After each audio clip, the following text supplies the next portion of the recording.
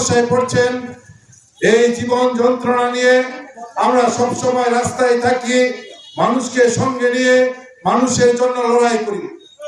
আজকে আমরা এই সময় মিলিত হয়েছি যে আমাদের রাজ্যে, আমাদের দেশে যে প্রতিটা মানুষ নানাভাবে সমস্যায় পড়ছেন এবং এই সমস্যা নিজে থেকে তৈরি হচ্ছে না।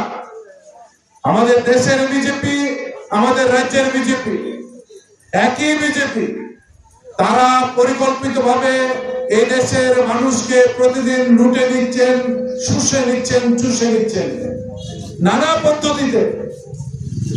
লুট শুধুমাত্র সরকারি কাজের কন্ট্রাক্টরের ক্ষেত্রে লুট না,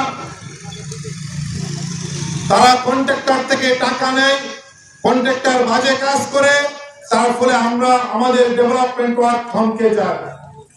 তারা ওষুধের কোম্পানি থেকে টাকা নেয়, গরিব মানুষ ওষুধের দোকানে গেলে ওষুধের দাম মাসে মাসে লাফিয়ে লাফিয়ে বাড়ে, গরিব মানুষ ওষুধ খেতে পারে না।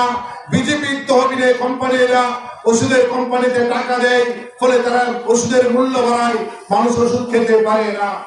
একই রকম ভাবে আমরা দেখছি যে আমাদের দেশে, আমাদের রাজ্যে এই বাজারে যারা আছেন, আমাদের কথা শুনছেন, যে বিজেপি তো সরকারে আসার আগে বলেছিল, 2014 সালে মোদী বলেছিল, আর 2018 সালে এই রাজ্যের বিজেপি বলেছিল আমরা যদি ক্ষমতায় আসি সব জিনিসের দাম কমে যাবে।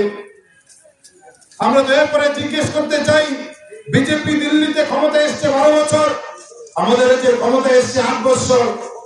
8 বছর আগে 12 বছর